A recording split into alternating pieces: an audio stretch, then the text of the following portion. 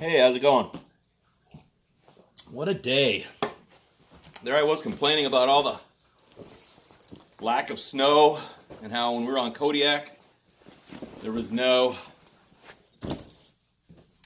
snow over there on the island, and because of that, it was kind of like the deer hunt from hell. Well, today is beginning to make up for it. And maybe we'll go for a snow machine ride. But what are we talking about today? Today we're going to talk about the acting on Treasure Quest. Because as I said, everybody who gets hired on a reality show at Discovery is an actor. When you take, for example, the backgrounds of people that supposedly are specialists. Like, is Megan really an archaeologist? She is a freediving champion. She also worked as a stunt woman in the Hollywood business. Then who else? Oh yeah, her favorite stolen valor, sexiest man alive. Brett Tudor. What's his background? TV actor, film stand-in, and stuntman. So do you see a pattern here about acting? So how did this all get going? Well, we were talking about where David Zaslav found a business model. If you don't know what a business model is, let me give it to you.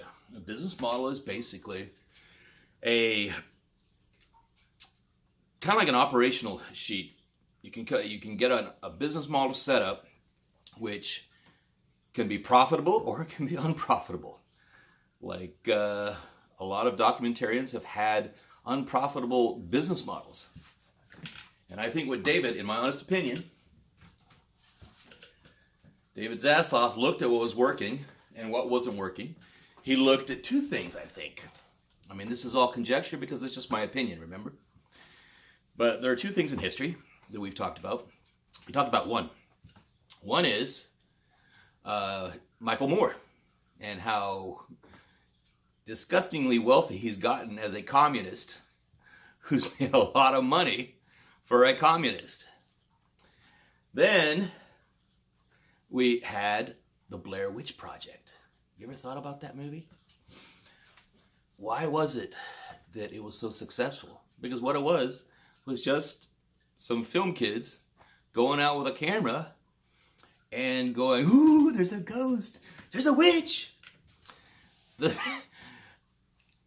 then when they brought it in, they made it look like it was a true story. And that's what is happening in our media. This is the fake news we're talking about. And if you look at how it's affecting our society, why are people believing stuff that's on Treasure Quest, on what's another one that Alaska Last Frontier, Alaska Bush People. And this is what's getting me really sad right now, because the show that I actually admired the most and enjoyed the most, there are actually two, initially. Life Below Zero and was The Last Alaskans. Now, the first episodes, they seem to be, straight up. But in the latest season, I'm watching it, and it's like I'm getting this feeling again of like, wow, mom and dad is like doing really well on this TV show, so maybe we should go back into the bush. Because if we get back into the bush, we're going to make money. Not because they want to get back into the bush. Because I'm watching Last Alaskans and the kids are saying, oh, I haven't been hunting out here in 15 years. And I'm going, you haven't been hunting out here in 15 years and you're an Alaskan and you're from here? Where were you and why did you leave, quote, a paradise? Well, that's kind of like the big question that a lot of people should be asking themselves. It's like, why are these people suddenly coming back to the homestead? I mean, you see that right now with culture. Well, was it Otto's eldest son is suddenly coming back. So all these people are coming back because they're finding out, hey, if I just get in front of the camera, things happen. So what does it mean by being in front of the camera? And why is it that one of the chapters in my book is called, and can you see that? And the Oscar goes to. This is about how the acting business is run in Hollywood format, traditional Hollywood format, by the way, in a, quote, reality TV show. There's a variety of ways it's done. I mean, considering my background in psychology, I mean, it's wild. I mean, it's like these guys, these producers they are specialists. They know how to make you uncomfortable. They know how to set you up into a scene. And they know how to play people against each other for the emotional response they're trying to get. See, in traditional Hollywood format, you would actually pay an actor who has studied to be an actor, has learned all the tools of like method acting, and we'll talk about method acting because that's actually one of the skills that I learned when I studied theater. Because I did go to school partly to study theater back at San Francisco State. But before that, I'll tell you a little bit, which is the understanding of method acting that I knew from way back when I was in prison in Vietnam.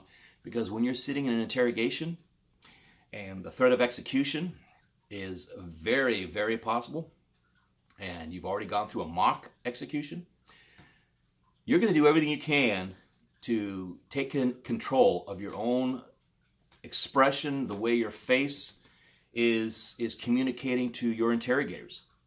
Because if you express the incorrect emotion to go with something that might be true, but it conflicts with the facial expression, there's a conflict to what you're saying, then something they should believe because it's true could be interpreted as not true, and you could be in really big trouble.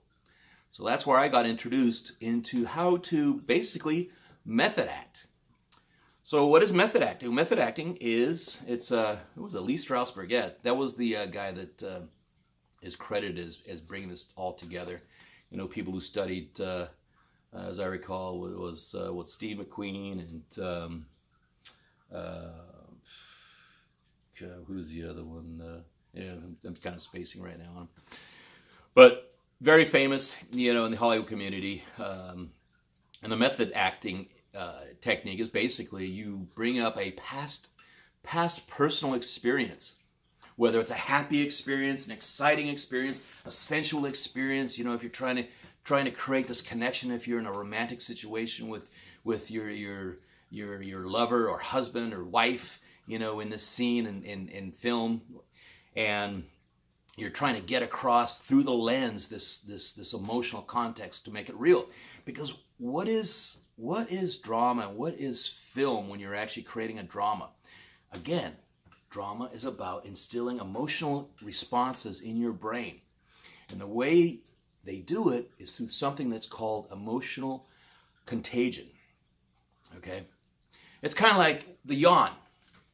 Think about the yawn. That's actually the example is most often used. The yawn. I yawn.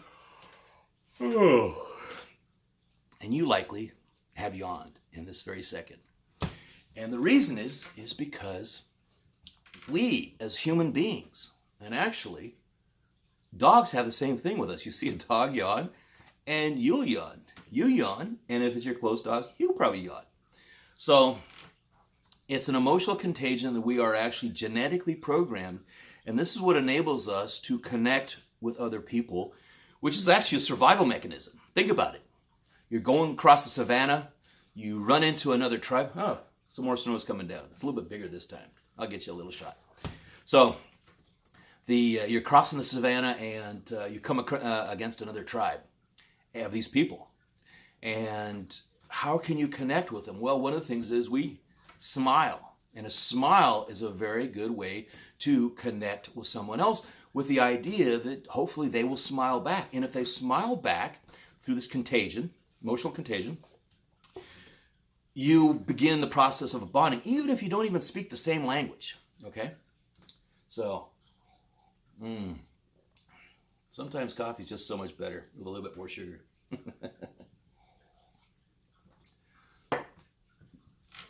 So you get this emotional contagion, and the business of Hollywood is based on emotional contagion.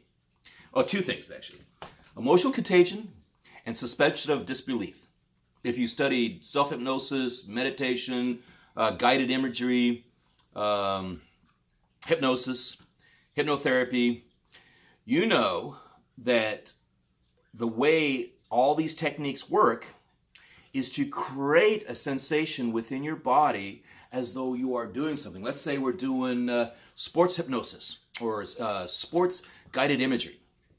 I used to do it when I was teaching people to shoot long range. Okay, so it's like you visualize yourself getting a good stock weld, you're looking through your scope, you're feeling your trigger, and you're focusing on your target. And it doesn't matter how far, whether it's like 800 yards, 1,000 yards, 1,500 yards, 2,000 yards. You're visualizing that target right in your crosshairs, okay? You haven't even gone to the range yet. You're not even going to physically practice. It's almost like a dry firing exercise, except you don't even have a handgun or a firearm in your hands. All you're doing is visualizing that you're doing this activity. And it's the same when you watch a movie.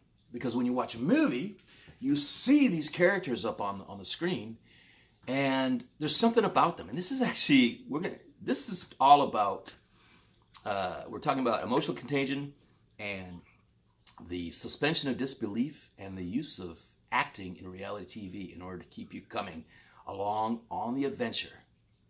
That there's a part of you thinking it's not true, but it can't be. That's for two reasons. Well, David Zasloff does not give you a disclaimer. That is fraud, in my opinion. In my honest opinion, when you do not put a disclaimer on a piece of media and it is totally fabricated, then, in my honest opinion, that is fraud. Okay? That would be like Fox News, CNN, ABC, NBC, AP, Reuters writing a story about pink elephants flying across the sky, and you read that and there is no disclaimer, and you automatically said, oh my God, what has happened in this universe? Because since you don't have a disclaimer, you are expected to believe it because it's the news, right? So what about a documentary channel, which actually, the terminology that is in the shareholders, they recall, is the last true documentary network out there. Think about that. The last true documentary network out there. The one that creates Treasure Quest, Alaska, The Last Frontier, which there's enough. I mean, you can go on the internet, and we might talk about a bit of it. I mean, because I see it all the time. And remember, they used to shoot Alaska, Last Frontier, didn't even let you know that there's the Homer Spit. The Homer Spit is the actual harbor where everybody goes out fishing and hunting from. That's where I put my boat in, and I go out wherever I'm going on an adventure. Well, just a few miles up is where the Kilchers live. And it's funny because when a friend of mine was telling about how, oh yeah, they brought him into the Kilcher because they were friends. And these were tourists from Germany. And of course, it's big in Germany, big in Switzerland. And they're going, this is the Kilcher homestead? Yeah. That's the thing about it. You want real adventure. You want to. I get emails from people saying, oh my God, I want to live the adventure, the frontier. I hate to say this, people, but there is no part of this planet, except under the ocean, that has not been explored. It's kind of like, remember I told you I got I studied mining, placer mining. Well, part of that is I do a lot of research. So you meet these people in Nome, like on Bering Sea Gold, and they're like, oh my God, I'm going to go and strike it rich. I'm going to go out and find that gold. But they don't even go and hit the USGS library. They don't check into old maps or get the knowledge that all the gold that is available on the Seward Peninsula, and that's basically the area above, north of Nome, it was all mapped out in the late 1800s and the early 1900s. And quote, the people who are like, whoa, Mr. Gold, these are people who actually research. And what do? They read. And I'm hoping to God that by watching me talk and tell you all these things, that you are reading and reading my book. Because that's one of the things that I found. There's actually a very interesting difference between those who love to watch TV and those who listen to radio. And this actually was documented very, very dramatically with the election of John F. Kennedy. See, people who had heard the debate between John F. Kennedy and Richard M. Nixon thought that Nixon had actually won that debate. But the people who saw the debate on TV thought that John F. Kennedy had won. And the reason is because he had the look. And Richard M. Nixon, he always had that problem of being able to be shaved, clean shaven, and he always had that aftershave. And it was like, oh my God, he doesn't seem too well kept. And that defined the presidential election for that year. So think about that. And what I have noticed is those who listen to the radio actually are more willing to read books. Why is that? Because when you watch a TV or an image, you don't have to create it in your mind. When you read a book, when you hear it on the radio, you have to create these images in your mind. So that actually exercises parts of your mind, which is actually very important. Because think about the people who are very successful. Those who are successful have a very strong quality, a very good skill of being able to imagine their goal before they get to it. I mean, was it Joe Rogan was it David Goggins, former SEAL, I think he was also Air Force. And you listen to him, and he's talking about how he's visualizing all these things, how he's setting his mind up, and how important it is to set up your mind and setting it up towards success, okay? And that's where I get really depressed or fearful of what's happening in our society, is because we continue to have the ability of creating imagery within our own minds taken away from us, because human beings innately we are directed towards saving energy. I mean, think about it. I mean, Les Stroud talks about this. He's actually one of the few people, Michael Hawk's another, that I will actually believe in survival instruction, and Cody Lundin. Because these guys understand, if you're going to survive, you're not going to play freaking Jungle Gym. You're not going to be, in my honest opinion, Bear Grylls swinging from a line off a cliff. You're going to be conserving your energy, keeping your psychology strong, because you're either going to work your way without losing all your energy or breaking a leg down to a civilized area and be rescued, or you're going to take care of yourself until you are rescued. Okay? The other stuff will get you killed.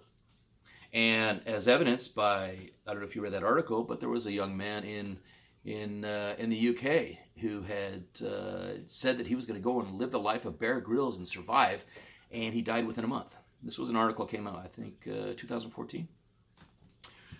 So think about that. This is what is happening, where our society is following this fake news and the amount of money. This is all about greed. In my honest opinion, it's all about greed. There are people in this world who do not give a damn about society. They don't give a damn about their country, and they'll sell out their soul for the greenback dollar or the euro. And you've got these political leaders all over the world who have gotten into power, and they don't have any checks and balances. Okay? If you're wondering why I carry a gun all the time, well, it's for a variety of reasons. But I am a definite strong believer, not just because of family history, but actually reading the U.S. Constitution. The Second Amendment is not like a nice afterthought. especially fellow journalists who think that, oh, well, First Amendment all the way.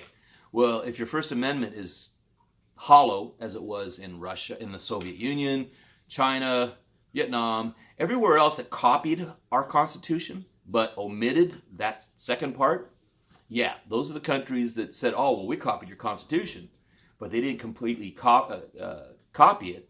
And by not doing so, they remained dictatorships, okay? So, getting back to this part about guided imagery. So how was it being used? It's being used by the media in order to get you to feel these experiences. And again, no disclaimer. If they put a disclaimer, do you think you'd watch that show? Because now you'd have to rely on, God, are they really good actors? Or is the story compelling for me to go along with this? Which means that they're going to be actors who are going to be well paid because they're worth their weight to carry a story. That's why you got Sir Laurence Olivier, and then you've got other actors who are barely, surviving on a cup of coffee.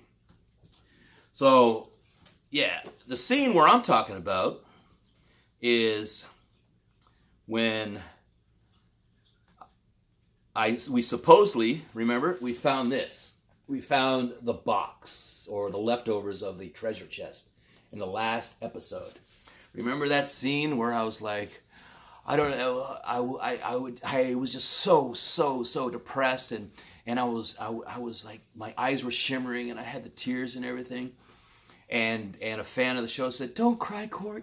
Don't cry. You'll find the treasure." They wrote that. And I said, well, God, that makes me feel really bad because they really believe that, first of all, I'm looking for this treasure, and I'm not, what I really am is I'm just following the script. And that's the thing about it. People say, well, what? Did you know about it? Well, you know what? Toward the middle, as I said, 2 weeks in, I said, well, I guess I'm just hired as an actor. And this is where, in my honest opinion, the responsibility lies. It lies with Discovery because there's no disclaimer. And now they're broadcasting it over on Travel Channel, rebroadcasting. And I don't see any disclaimer. Please correct me if I'm wrong, but I still don't see any disclaimers for Treasure Quest Snake Island or for Treasure Quest Sakambaya Treasure. So how did I do it? How do you act, method acting? So in that scene, when I was to tears, I was method acting. But that's why in the chapter that's called "And the Oscar Goes To," it's actually not that much about being in Brazil, but it's all about being in the war in Central America. Like that base, see that? That's the base where I almost lost my leg because of a mortar round. And it killed one of the other guys and amputated the other next to me. Okay.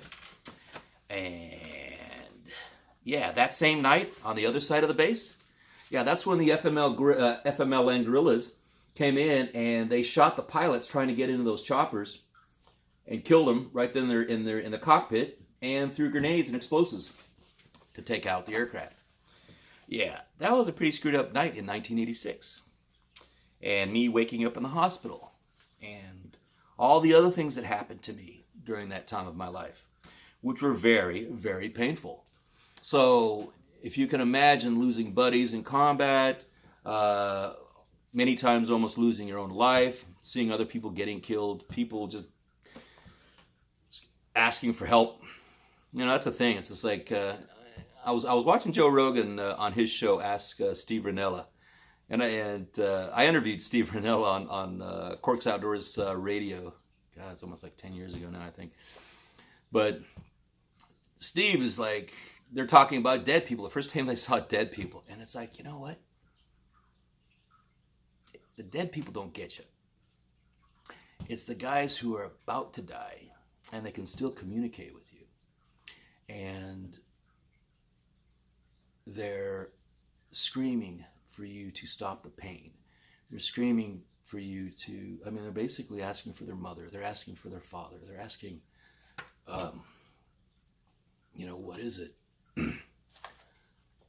about life that has left them in that situation? That's what gets them. Okay. So, there you go. That's method acting right now. I went back to a very fucked up place, okay, in my life, in my time. And by doing that, I brought up emotions. So that's what I was hired to do at Discovery, which is wild, you know, because it's like, yeah, it's funny. It brought back this time, which is kind of interesting. There's a double whammy on that. See that right there? You know why that's so special? I mean, I've got degrees, I've got certificates. I mean, but this is the one that stands highest on my wall. You know why? There's only 2 Americans who have this. One is Stephen Salisbury from Soldier Fortune magazine, and the other American who's got this is me. And what is it? This is a diploma from the Salvadoran Navy SEALs. And what was so wild about that is that everybody who graduated in that class had been in combat by the time we graduated. Because that's what you call on-the-job training, where you're sent out to do patrols to protect the base because the guerrillas are working on doing another attack on the base, dropping in mortar rounds and try to fire rounds in from the hillside, so you're being sent up to go and check on it. That's the wild part about getting into those kind of situations. But they're very important to me, and they have a very strong emotional context to me. And as you saw, just me talking about that part and just talking about, you know, what it is to deal with the dead and the dying. That's one situation where I used that as basically I was method acting on Treasure Coast Snake Island to bring up those emotions, which is really interesting. I wrote about it in the book, is that it's actually very healing. That's why I started to understand, why would somebody like Jimmy Stewart, I mean, he was a general in the Air Force, Audie Murphy, you know, one of the highest decorated American servicemen in U.S. history. You know, why would these people end up in Hollywood and stay at it and retire out of being acting? And it's because it gives you an opportunity to process emotions that you might not get to in some other form. So some of you guys who are also combat veterans and you've been in combat, you understand that, you are dealing with PTS, I'd highly recommend you get into theater acting and go take an acting class and learn that as a place to process some of the emotions and some of the memories that you have from your combat time. So, on that note, yeah, what are we going to be talking about tomorrow? But anyway, if you haven't picked up a copy of the book, before I say adios or hasta mañana, I will be on the Conspiracy Farm on Thursday morning. So stay tuned. Go visit. Go sign up and subscribe over the Conspiracy Farm. I'm going to be talking with Jeffrey Wilson and Pat Milicic. It's going to be a very, very interesting interview. So again, if you haven't picked up a copy of the book, so you want to be a reality TV star, I talk about a lot of things in this book, and I think you'll enjoy it if you haven't picked it up already. Remember to subscribe if you haven't subscribed to this channel, and also follow me over on Instagram and follow me over on Facebook. And wish you a good evening, and we'll talk mañana.